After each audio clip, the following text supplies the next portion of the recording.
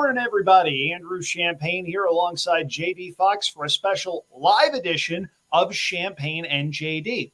If you're tuning in live with us, thank you very much for spending part of your Sunday morning with us here on August the 1st, 2021. Lots going on in the world of racing. We'll give you a quick recap, and then we will move on to Woodbine's late pick four. It's a big day up there. The first leg of that late pick four, in fact, is the Woodbine Oaks, which will act as a prep for the Queen's Plate for some of these runners later on in the meet. And in fact, if you notice, I'm wearing my homage to Canada in the form of a Heart Foundation WWE Slam shirt. In fact, made by the folks at Homage. Make really good stuff. It's not cheap, but it's really good stuff. JD, how you doing this morning?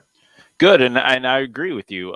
In a normal year, I wouldn't look at the Woodbine Oaks as a prelude to the Queen's Plate, but given the amount of fillies we have available in the Canadian population right now versus the number of colts, and we'll talk about why it's kind of a strange day, because normally we would refer to this as plate trial day. But the plate trial had to move earlier in the card because of a lack of entries. We'll get there when we get there. But first of all, Saturday was a big day in racing at Saratoga and Del Mar. And Andrew's smiling already, which if you watch the show at all, is not generally a good sign for me. But when we look at, we had a kind of a mix of upsets and what was expected. And we'll start with an upset that stood in good favor to one Andrew Champagne. The half in 44 and 2/5 seconds. Here is Special Reserve with a narrow lead over Lexingtonian. Whitmore is gaining ground down at the rail. Then comes Strike Power with a 16th to the finish. It is Special Reserve on the inside, Lexingtonian, and then Whitmore. Lexingtonian comes back on the inside to win it. A huge upset in the Grade 1 Vanderbilt. And the Vanderbilt goes to Lexingtonian. Very, very much. Can we just rerun that 10 times? Can that just be the show? Well, you just, you had to throw away the Met Mile. Yeah. And if you threw away the Met Mile, Lexingtonian made a ton of sense there, and it's definitely the Rodney Dangerfield horse right now in horse racing. That's for darn sure. Whenever Lexingtonian wins or runs well, it is at a gigantic number. Those of you that have followed me for a little while know Lexingtonian actually made up part of a really nice exacta for me in the Churchill Downs on Derby Day a couple months ago. I had a really bad Derby week at Churchill Downs up until that point. That turned the day around. And then, of course, Medina Spirit happened. And we're not even going to remotely get into that because I think JD is still throwing things as a result of Mandaloun not getting up. But Lexingtonian is now a key horse in my two biggest wagering days, not just of the year, but two of my biggest wagering days all time. So I spent last night being hard at work engraving a bust that I will eventually put in my own personal Hall of Fame whenever I'm allowed to get a house and have a room offset that has an Andrew Hall of Fame in it. So Alicia, be excited. That's going to happen at some point soon. But on a serious note, that's a good field that Lexingtonian wound up beating that day. The Mike Maker horse on the outside ran a very big race. Whitmore even ran well, even though he probably needed the race coming in off a little bit of a freshening. The one thing I will ask is, can we be done with Mischievous Alex now? Please, away from Aqueduct and Gulfstream, please. I'm sorry, the Carter's just not that good anymore.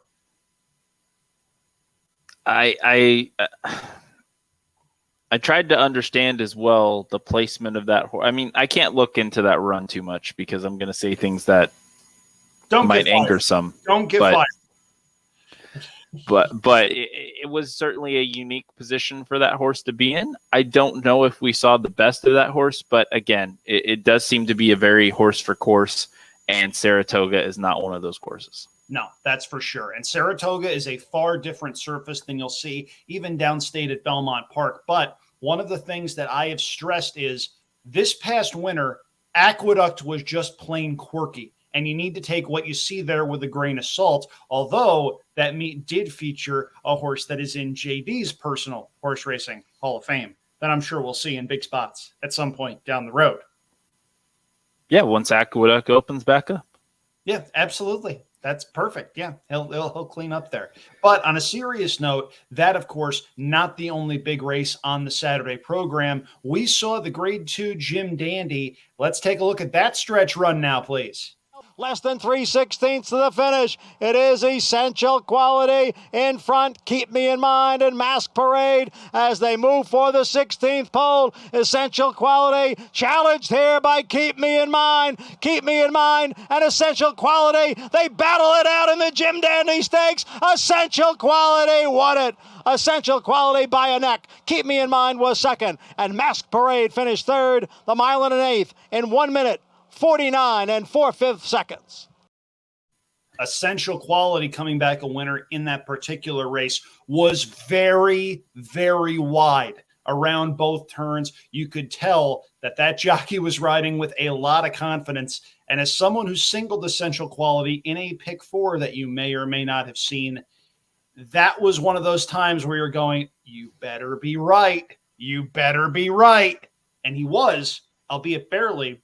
Keep Me in Mind, I thought, ran a nice race on the rail. Essential Quality gave up something like 4 lengths worth of ground, according to our friend Craig Mokowski over at Timeform US, and still managed to get the job done. I know some people named Andrew were not impressed with that particular effort. Personally, I was. I thought that was a great race off of the layoff. This was not the goal. The Travers is the goal for that horse. We're not going to mention the sponsor because, unlike everyone else, we're not getting any money from the sponsor of that particular race. If you would like to change that, Mattress Mac, feel free to give us a call. But at any rate, Essential Quality reemerging, probably the leader in the clubhouse for champion 3-year-old male, depending on what you think about Medina Spirit and Mandaloon. But nice race there from the Belmont Stakes winner.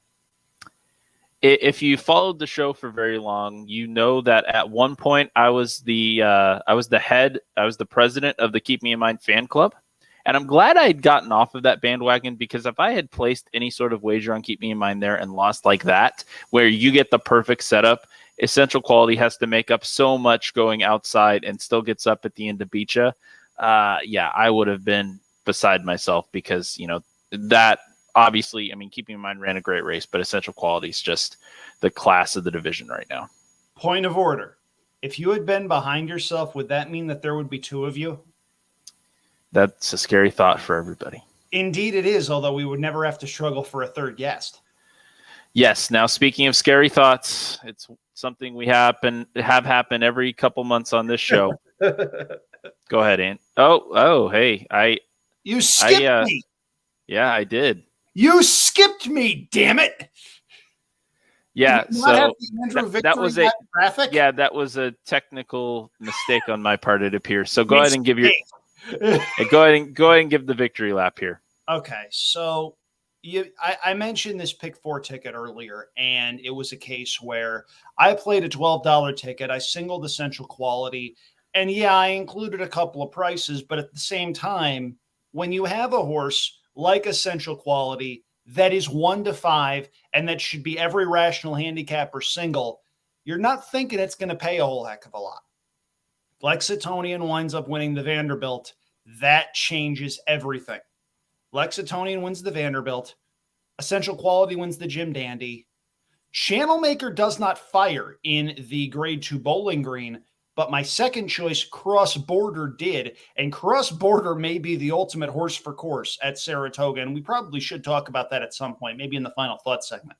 But Cross Border winds up winning the Grade 2 Bowling Green odds of, I believe, 7-1. And then I managed to get another 7-1 shot home in the finale. And a pick 4 that was anchored by Essential Quality, who was 1 to 5. Paid $1,181 for a 50-cent bet. JD, I was shocked. I could not believe that paid as much as it did, even with Lexitonian in the first leg. I could not believe that was even in the realm of possibility. And then when the 7-1 shot in the last race went wire to wire, if you heard something yesterday afternoon, it was me going bonkers in my Northern California apartment. Feel very, very sorry for my cat who had to witness and hear all of it firsthand. And I want to give you not only a victory lap for the pick 4, but you also had a play on your website in the race that Lexingtonian won in the Vanderbilt that also paid quite a bit of dividends. Yeah, I boxed the top 3 horses actually in exactas. I should have played the freaking try at that point. But yeah, I wound up doing that. Unfortunately, also played him in a pick 3 that fizzled in the first leg when one of my horses ran second behind the other Ortiz brother. But having said that, it was a really good day yesterday. There we go. Andrew Victory Lap. Sorry for a delay. Yeah, I'm going to need to screenshot that and use that as like my profile picture on Twitter. Thank you for that. I appreciate it. But at any rate, if you played along, thank you. Really appreciate your reading. Really appreciate your support. And I may or may not have pinned something on my Twitter that had some steam behind it because I was, as they say in the horse racing world, feeling my oats a little bit yesterday. Yeah, I think so. You got a little fired up, and if anybody follows Andrew Champagne or watches the show, you know that doesn't take a lot. But in this case, I think it's justified for how hard I'm working and for how many written words I'm putting out on a weekly basis. I'm allowed to have some fun from time to time. Justify didn't run. Just letting you know. Whatever. Fine. Anyway, so we're now going to go from one coast to another coast. Del Mar had a pretty big race yesterday in the form of the Bing Crosby for West Coast-based sprinters. If you did not see that race, and spoiler alert, I'm one of them. This is live television, remember. Let's take a look. They come to the top of the lane. Brickyard rides as the leader. Dr. Chevelle in the red. And now CZ Rocket is winding up, has to go wide, but starting his chase after them. Law-abiding Citizen in there too. It's suddenly wide open. Law-abiding Citizen, 8 rings. On the outside, Dr. Chevelle coming home gamely. Brickyard ride, wide open. They come for home. Dr. Chevelle, late run from CZ Rocket. Dr. Chevelle just got there in a driving finish from CZ Rocket. Behind that was 8 rings. And then Law-Abiding Citizen, Brickyard Ride, Quick Tempo, and Vertical Threat. Dr. Chevelle holding off CZ Rocket there to win the Bing Crosby and assure a spot in the Breeders' Cup Sprint, which, fun fact, will be held at Del Mar this year, so possibly a horse for course angle.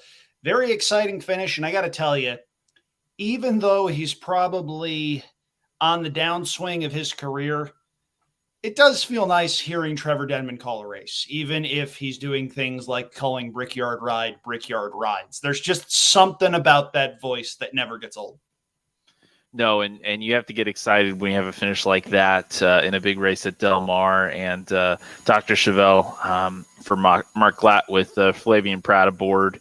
Just picture perfect ride, got up in time. 8 rings, solid effort there. I think some disappointment from those that back CZ Rocket with the tough third there, and a great run with Kyle Frey aboard on Law Abiding Citizen. Kyle Frey deciding to stay down in Southern California versus going up to Golden Gate, and that's already paying dividends. He's getting some big mounts and he's doing some big things. Kyle Frey, a darn good rider, a guy that rode a nice horse that I liked a little bit earlier this year in the form of Rombauer in the El Camino Real Derby. You just saw that little wince over there by my on-air partner, and there's reason for that. That's a replay that's going to be in his nightmares for just a little while longer. But at any rate, Dr. Chevelle winds up winning the Bing Crosby. CZ Rocket winding up on the outside. The wide trip there might have cost him just a little bit, but still not at all disgraced in defeat and a horse to watch moving forward. Remember, that's the horse that beat Whitmore a couple of times earlier this season at Oaklawn Park for trainer Peter Miller. So we've now recapped a lot of the Saturday action and dwelled on Saratoga as much as is appropriate for some of us on this show. We'll now transition over into the Sunday proceedings, and we will head up to the Great White North. We are, of course, referring to Woodbine for their late pick 4 on this Sunday program. Really quick weather update before we start. Apparently, it is raining up there in Ontario, so make sure you're adjusting your handicapping accordingly, and you're keeping in mind if they wind up needing to move races from the turf to the synthetic course. Now, remember, there's no conventional dirt up there at Woodbine. There's a synthetic track, so there may not be much in the way of scratches, but there are some horses that very much prefer turf to synthetic. So certainly something to keep in mind as you look at the Sunday program. Now, as we've mentioned, In most years, this would be the plate trial card. Today, it's the Woodbine Oaks card. And JD, you said we'd talk about this when we get there. We've gotten here. What's going on up there? So basically, 4 entries in the plate trial, which is the run-up, the prelude race to the Queen's Plate, the first leg in the Canadian Triple Crown. 2 maidens.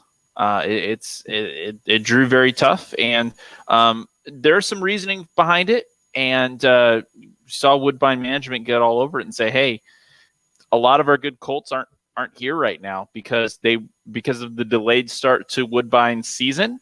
They ran in other spots. We had a couple of the big runners for the Queen's Plate have been running at Saratoga. So normally you would have a much bigger colony on site for the colts and geldings, and that would traditionally run in the Queen's Plate. But what we've seen is full fields in the 3-year-old filly division, and again, some very, very strong contenders. We had 2 of the top 5 choices in wagering in the Queen's Plate last year from the filly division. So I do think we're going to see a strong filly influence. And now I'm looking at this, Woodbine Oaks as a potential prelude race to whoever wins and probably whoever finishes second. And, the key to keep in mind here, it's kind of a tricky thing, but it's not something we have to worry about necessarily. So the Queen's Plate, basically is an Ontario bred race.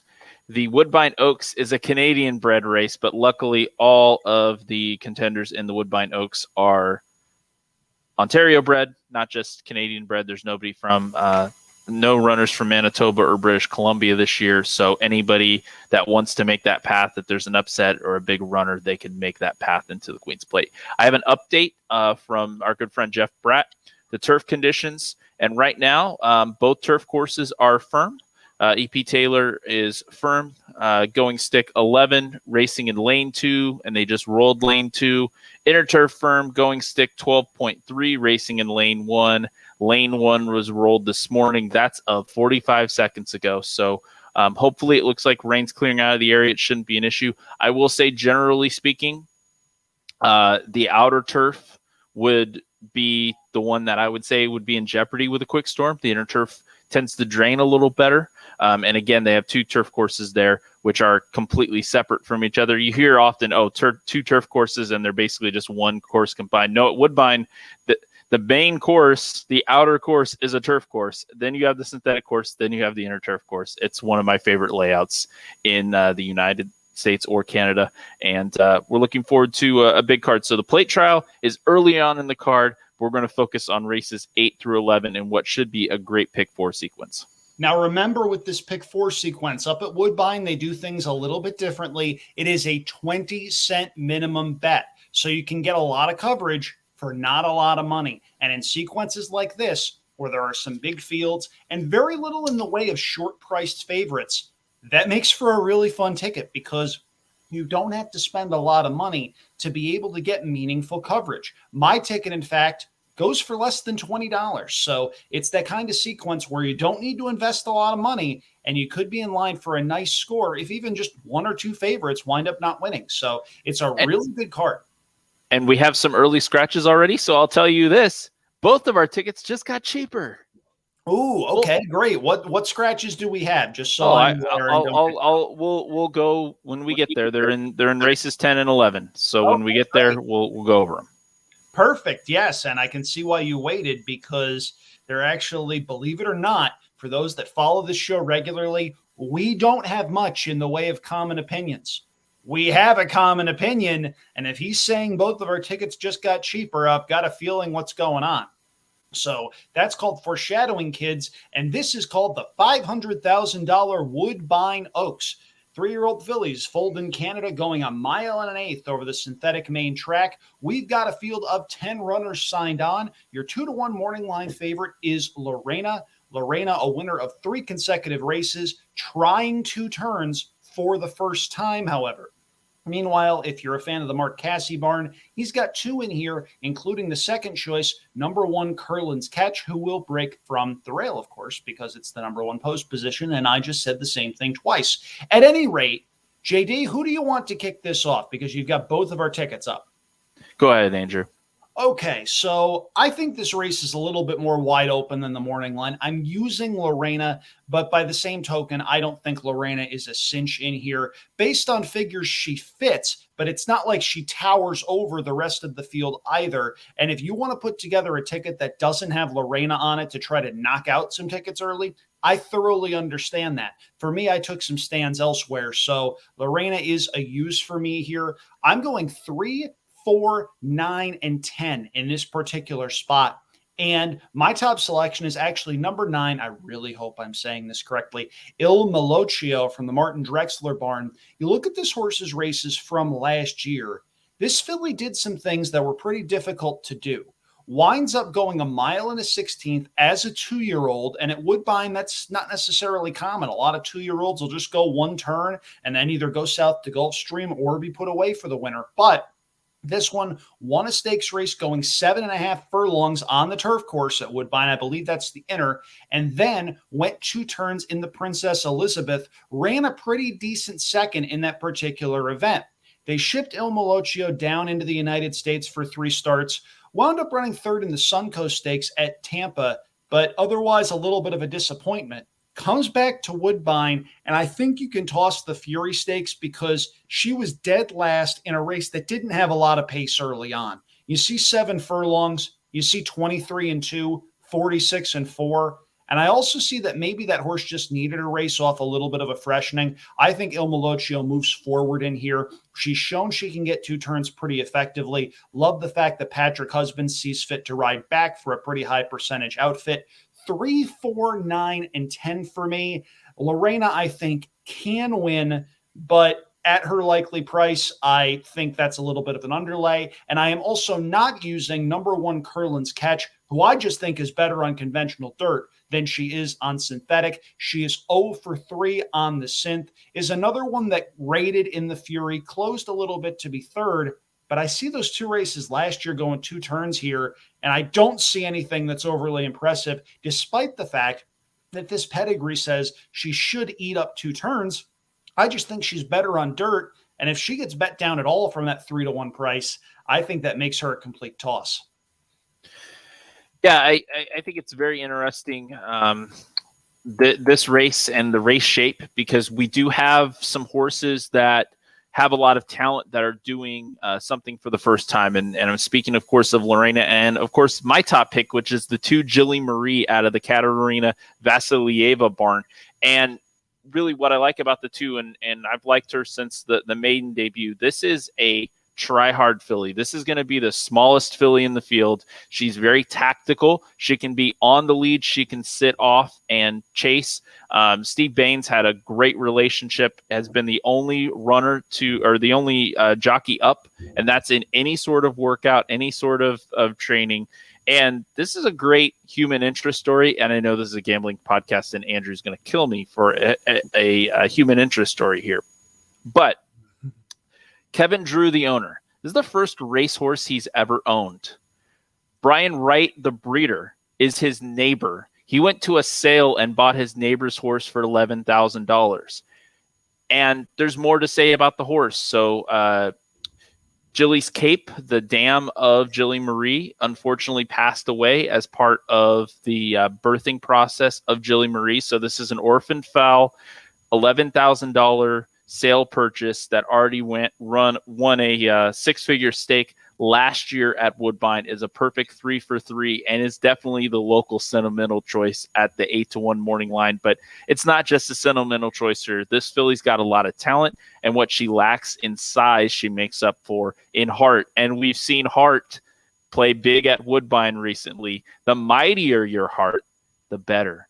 A couple other horses I want to mention here. Emmeline confounds me and will continue to confound me, and I have to just include this horse on my tickets. The 6 here.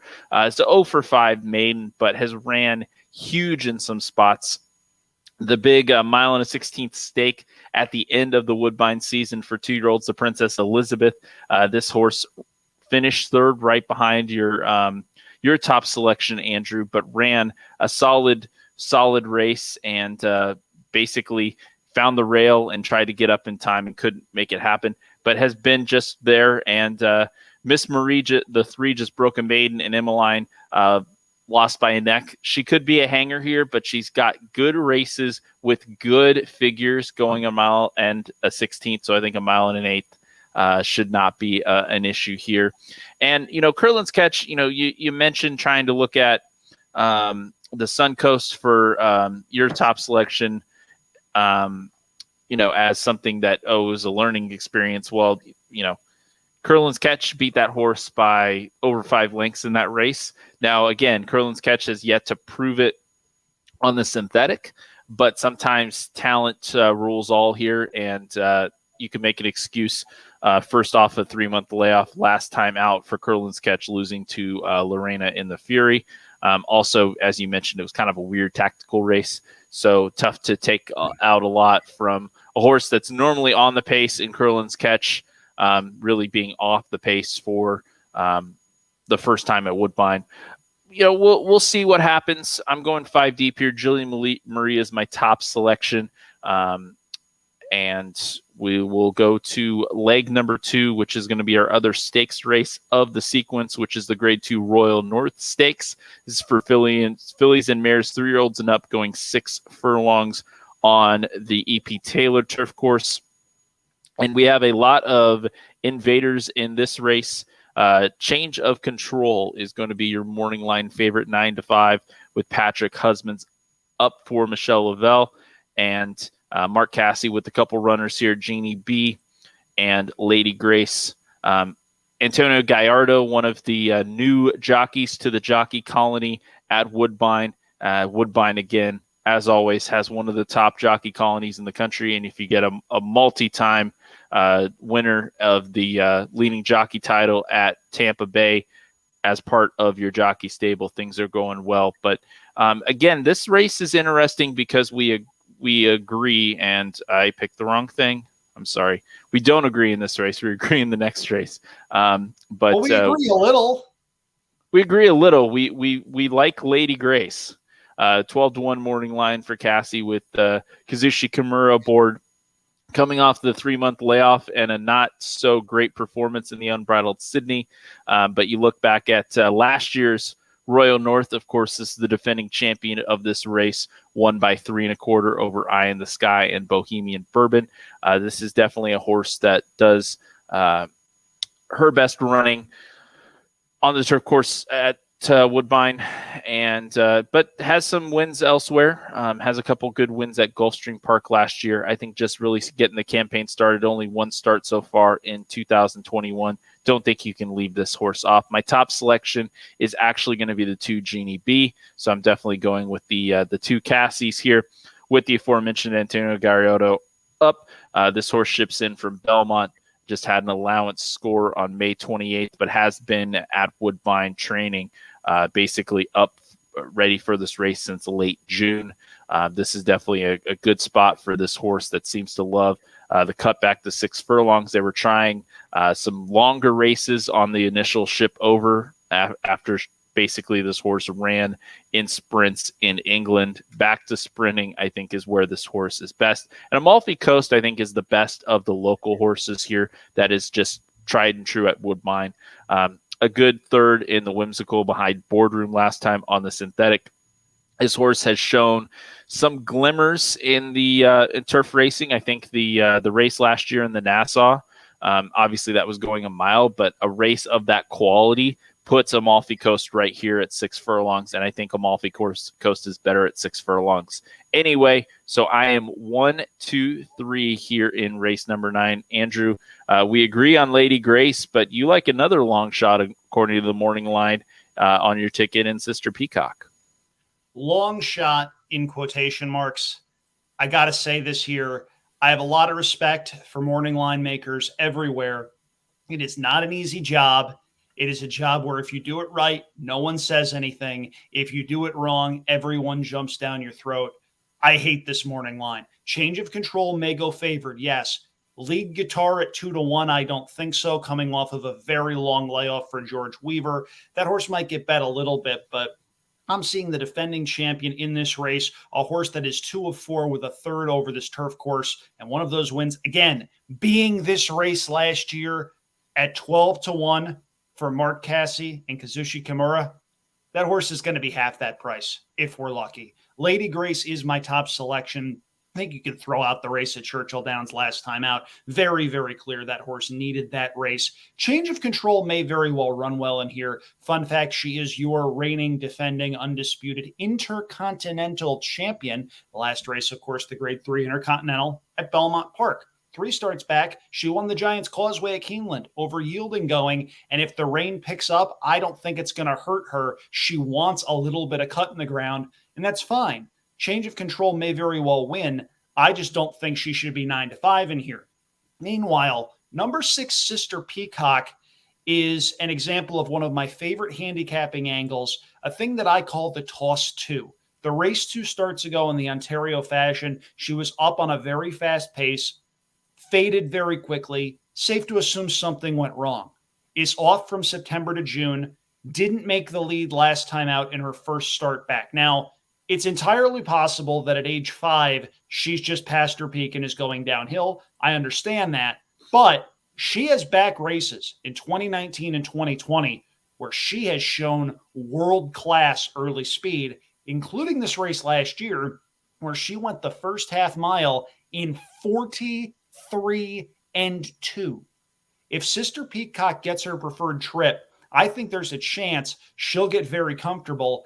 And at her likely price, I need to use her in here. However, my top selection is Lady Grace, the quote-unquote other Mark Cassie in the field. Also trains Jeannie B for our friend CJ Johnson. One last time out at Belmont, I just think this is a pretty tough spot for a horse that hasn't won a graded stakes race before. Certainly a horse that I think you need to consider underneath in your exotics. CJ among the best owners in the world at reading condition books because, hey, he used to run a track himself, and he knows what those condition books look like. So for me, it'd be 3, 6, and 2. And you know what?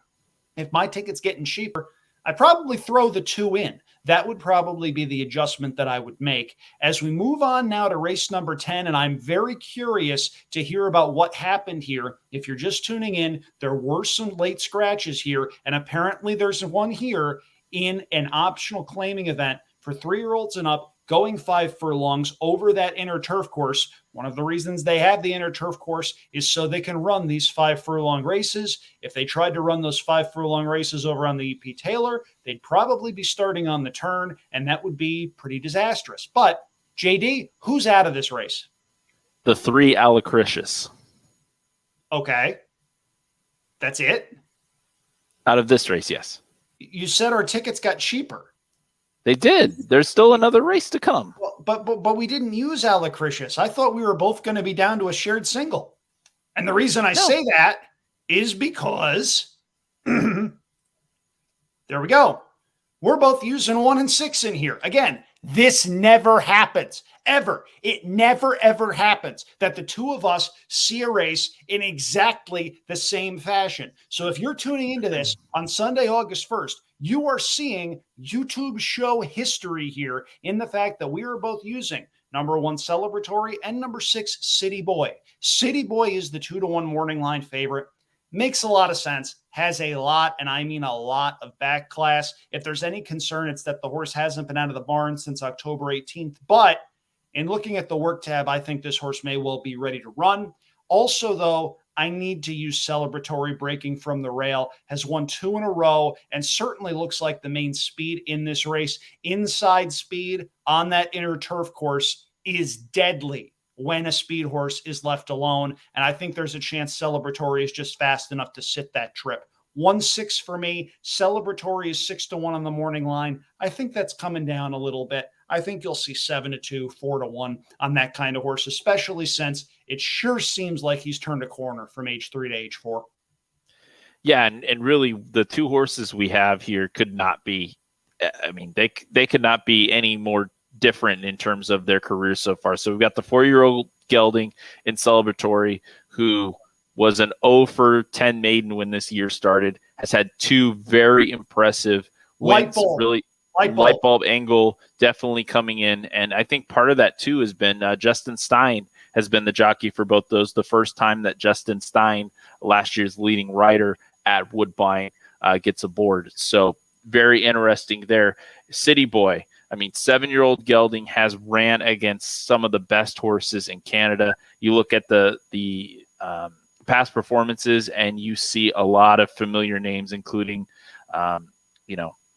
Pink Lloyd, 3 races back. I mean, Pink Lloyd's obviously running today as well in the visual, is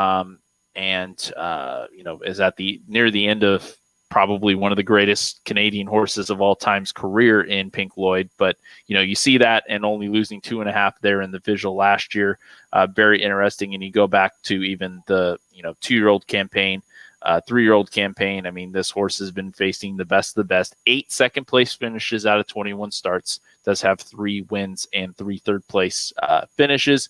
Really a check collector, but here, definitely the best of the best.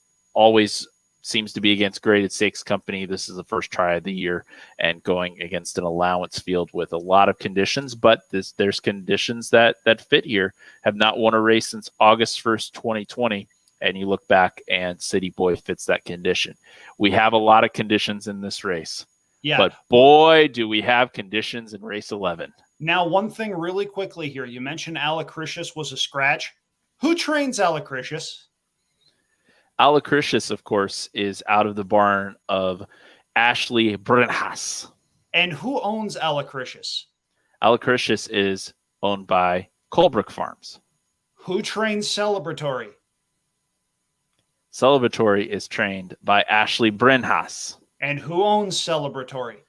Colebrook Farms. Celebratory's probably loaded.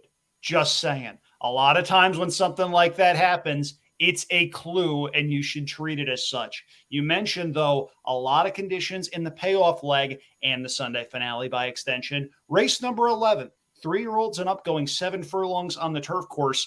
This is a maiden optional claiming event. And I'm going to try to read this because it's all one sentence, okay? For maidens, 3-year-olds and upward, Ontario sired maidens, so there's a typo there, that have raced 3 consecutive starts in the maiden optional 40,000 category in 2020-21 and did not finish 2nd through 4th, or 3-year-olds and up maiden claiming price 25,000. Wow. You talk about creativity in the condition book.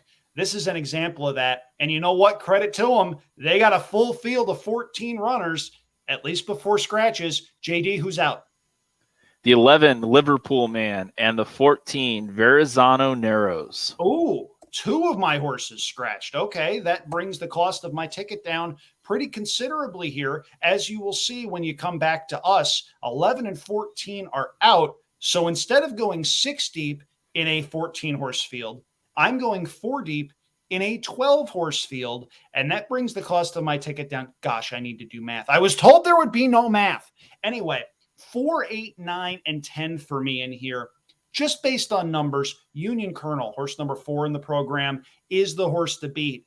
But I see 0 for 13 with 5 seconds. This, to me, is a now or never spot with Union Colonel.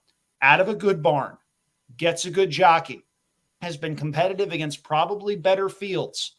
This is a horse that last year was running 2nd in a lot of maiden special weight races for Mark Casse, was claimed out of one of them late in the year by Donald McRae, who's hitting at 19% so far this season. Union Colonel should win this race, but you can make the case that he also should have won the race 2 back when he was favored. His last out race when he was favored. Now, he does go back to the turf course, and while turf and synthetic sometimes complement each other pretty well, there are horses out there that prefer one to the other. Perhaps Union Colonel is a turf horse rather than a synthetic horse, and if he is, I think he finally wins. But it's not like you can single or count on this horse either, so I spread a little bit, as you can see down below. Again, horses 11 and 14 are out. I see 1240, let's see, 4 by 2 by 2 by 4. Let's see, 8, 16, 64, 1280 for 20 cents. 64 bets, $12.80. Remember, it is a 20-cent mutual. And again, If you want to add a horse, I'd add the 2 into race number 9. That was the last horse that I wound up throwing out. We'll figure out the math in a little bit on that. But if you want to play my ticket as it stands right now, $12.80. One of the great things about Woodbine is that 20-cent minimum. It would not work everywhere. It works at Woodbine with the field sizes they get, especially in races like this. Kodiak Mamba is horse number 8. Ran reasonably well last time out, first off the bench, was 6th, but beaten just 2 lengths on the synthetic, goes back to turf for Marcassi. Number 9, I'm Dashing, goes second off the layoff and didn't run badly last time out on the synth either. And I'm going to throw a crazy price in here simply because I'm seeing that this horse came out of a pretty fast race last time out on the turf. That's number 10, Regal Intent. Was a big price that day, but it was against better horses, and they won 6.5 furlongs and won 14-4. That's a case where I just think that horse was in way over his head, and maybe it's a case where Regal Intent takes a step forward from 3 to 4, and if he does, he's 30-1 on the morning line. I think that's going up. That's my knockout horse in the sequence. 4, 8, 9, and 10 for me in race number 11. It went from 1920 to 1280 with the scratches. If you wanted to play something a little bit bigger, throw the 2 into race number 9, and you get something that's fairly close to the original 1920 ticket. I'll try to figure that math out while JD explains why he is now 4 deep as well. I am 4 deep as the 14 is out. And really, I look at this race, and you can really probably go as deep as you want here. There's no real standouts because the horses that are going to take money, you're looking at Union Colonel. You mentioned, 0 for 13, 5 seconds. I don't see why this horse couldn't have won the last 2 efforts, 5-2 both times. Disappointing 4ths and 5ths. This horse has run better on the turf, but I've got to include, but I've got to go a couple different places. Kodiak Mamba, I think, is very, very interesting getting back on turf. Obviously wanted turf last time on July 2nd, got washed off, still ran a very credible race, 6th, but only beaten 2. That was a very blanket finish that day, was 9-2 in that spot. Expect a similar number today. Making the second start at Woodbine. This horse obviously started the career at Gulfstream and the dearly departed Calder. I'm not calling it the other name. And I really think Cetabello, the 12, is interesting. First time starter in here. And you look back at some of her siblings, and they have ran very strong races in their first couple starts. No one's broken the maiden in the first start, but we've got some seconds and some thirds, some very strong numbers. And these are just hard-trying, hard earners. $264,000 earned between 3 horses, but they've combined for 11 wins. And so very interesting from a pedigree perspective. I'm always going to give a FedBiz horse a strong shot here, first out. He does well with his first out starters, first-time starters. Very logically placed start here for the Pat Parenti barn, who has not fared incredibly well here to start the meet. 1 for 36 last I checked, but a very capable barn with Antonio Gallardo aboard. When you get a 20% jockey, a 50% in the money jockey up for a maiden debut, you're going to get a good run here. Blinkers on first time as well for Cetabello. And everybody might be wondering why I did not choose Chairman Fox in this spot. I don't like the step up in class, which is probably minor given the circumstances and the conditions in this race, considering, everybody's in for the tag, $25,000 tag here. So going up from $10,000 to $25,000 with a bigger purse. Ran okay last time, but I don't think ran well enough to get into it here. So 2, 4, 8, and 12 for me. So it's not like I always try to do this, but I'm always thankful when I have a leg where I have 5 runners in a pick 4 sequence or a pick 5 sequence or any sequence with a 20-cent base wager, because you just turn that into a 1 and then the math is easier. So we've got a $24 play now instead of the $30 play we had to start.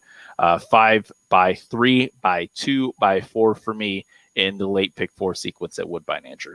Yep. And my ticket, if you were to play it as it stands right now, would be $12.80. If you want to add a horse into my ticket, add the 2 in race number 9. That actually brings it down to exactly $19.20, which is what I had originally figured. So if you want to stay within that $20 budget, you can still do that. Again, the 11 and 14 out of the 11th and final at Woodbine. Take parts of our tickets you like, throw out parts you don't. The important thing, get involved. It's a very good card at Woodbine. These 20-cent minimums are incredible. Remember, because they're 20-cent minimums, you might think, oh, this isn't going to pay a whole heck of a lot, whatever. Because everyone is playing for that 20-cent minimum, the disparity in payoffs, not as much as you might think. And with the big fields, there's a lot of live combinations. And even if, say, a 4-to-1 or a 5-to-1 shot wins, a lot of tickets still go up in smoke. This is definitely worth your time if you're looking for something to handicap. In my case, in addition to Saratoga, it is a very, very good card today up at Woodbine. Good luck to all of our friends up there. These are very hardworking people that a couple months ago finally got the good news that they so richly deserved. They've been running a great meet, and we're happy to be able to pay them some attention here on this live edition of Champagne and JD. Moving on now to our final thoughts segment. JD has profound musings, and I sincerely hope he has a profound musing because I sure as heck don't. Well, we'll save the best for last then. Okay, so it's me? All right. Well, since I'm the Saratoga guy, I feel it prudent to take a look at a race at Saratoga as part of my final thoughts segment. And I'm going to take a look at race number 5. This is a maiden special weight event for New York bred 2-year-olds. We've got a couple of first-time starters in here, and there's a horse at 15-to-1 on the morning line that I don't think is going to be 15-to-1. I think you'll look at the early money, and that's going to tell a story. But number 7, Kenner, to me, hits me as an absolute must-use. Jamie Ness does not run many horses on the NYRA circuit. He concentrates on the Mid-Atlantic circuit, and for good reason. He's one of the best around down there. But this is a New York bred that fetched $160,000 at auction earlier this year by Leoban out of an Awesome Again mare. The second dam was a horse named Lovely Lil, who was a graded stakes winner that has thrown 3 winners herself. One of them, actually, the dam is a half to 3 winners herself. Excuse me, I can't read my own writing. But one of the 3 winners was a horse named American Experiment. And if that name rings a bell to you, it should, because that horse just won at first asking at Saratoga a couple of days ago off the turf event. Kenner has some very good workouts down at Delaware Park, and I don't think they'd be shipping this horse up here if there wasn't a very good reason. He's a New York bred going against New York breds. Makes a little bit of sense, but given the workouts, given the trainer involved, given the fact that this horse attracts a rider from the Mid-Atlantic circuit to come up here for one mount, I think Kenner's got a big-time shot. 15-to-1 on the morning line. Watch the tote board on that one because I don't think you're going to get 15-to-1 at post time. And if that horse opens at, say, 5, 6, 7-to-1, it's probably an indication that that horse can run a little bit. My profound musing is, as an industry, we need to do a better job with identifying our carryovers and whether they are jackpot carryovers or regular carryovers, because sometimes it's even incorrect in the single source of truth that we all try to use, which is Equibase. A lot of people talking about the amount of pick 5 carryovers today and figuring out what is a jackpot wager and what is not a jackpot wager, because there are now so many pick 5 jackpot wagers. When we were doing the pick 6 jackpot, at least that was like, okay, that was its thing. But now we have pick 5 jackpots, and it's crazy. You look at the number of pick 5 jackpot type wagers that are outstanding right now. And these are the ones that are just going to continue to carry over. Assiniboia, I'm going to get back to Assiniboia because they do have a mandatory payout coming up. Louisiana Downs, Parks, Hastings, Prairie Meadows. Those are your pick 5 jackpot tracks. And that just seems like a lot for a pick 5 wager. Now, I mentioned Assiniboia. Assiniboia is doing something very, very interesting. So on their mandatory payout day, this is, maybe it's the most Assiniboia Downs thing ever. I don't know. they're guaranteeing on the mandatory payout day that if you're a single winning ticket, you will have at least a $1 million payoff. Yep, that's guaranteed. Assiniboia-ish. So that's for Manitoba Derby night, which is coming up tomorrow, Really? Monday, August 2nd. Yes, it's Manitoba Derby at Assiniboia Downs. It's the big night of the year for Assiniboia Downs. My love-hate relationship with Assiniboia Downs is a love relationship right now. So I want to bring that up. So while there were a lot of Pick 5 jackpot wagers, Assiniboia's got a crazy carryover right now, $327,000 going into their biggest night of racing, and probably then the best card that you're going to see. Although Assiniboia has had some good cards lately, but really you've got to look at the entry book, and unfortunately that just crashed on me. So let me pull that back up again. For the Manitoba Derby, which is going to be race number 7, it's going to go off at 11:35 Eastern Time, 8:35 Pacific tomorrow. West Coast, Best Coast. So this is the $100,000 Manitoba Derby. Has a full field of 12 signed on. Your morning line favorite is Myopic, 8-5 for Robertino Diodoro. Myopic coming off of a maiden special weight win at Indiana Grand last time out. Other horses in the field. The second choice on the morning line, 4-1, is Cozy Bear. And Cozy Bear is a California bred coming off of a victory last time out, or a victory earlier this year at Turf Paradise in a claiming event. This course did participate in the Cal Cup Derby at Santa Anita back on January 16th, finishing 6th. Broke the maiden at Los Al in the thoroughbred meet, but also ran some pretty good races at Santa Anita and Del Mar. But full field to 12, and again, a mandatory payout where if you are the only winning ticket, Assiniboia Downs is guaranteeing you $1 million. And I think that's pretty interesting. But in general, Pick 5 jackpots need to go away. But in this case, for the horse player, I think you're going to be in Overlay City in relation to Monday's card at Assiniboia Downs. I think Pete Aiello has trademarked Overlay City, so our legal department will probably get a notice that we owe him some money. You've mentioned your love-hate relationship with the Assiniboia. Mine's firmly on the hate side. The stuff they pulled last year was just wrong, and I can't forgive them. Having said that, I know a lot of people that do like Assiniboia Downs. You, as well as the Wise Owl from the Saratoga Pink Sheet, are very, very big fans of Assiniboia. Obviously going to be a big pool on Monday night. Should you feel so inclined, get involved. I got to tell you, here in that field for a grade 3 race, what, JD, why aren't we claiming horses and sending them up there? Great question. I'm just saying, that sounds like I'm going to really, really get Pete Aiello ticked off with this one. Sounds like easy money, doesn't it? Oh, boy. Oh, yeah.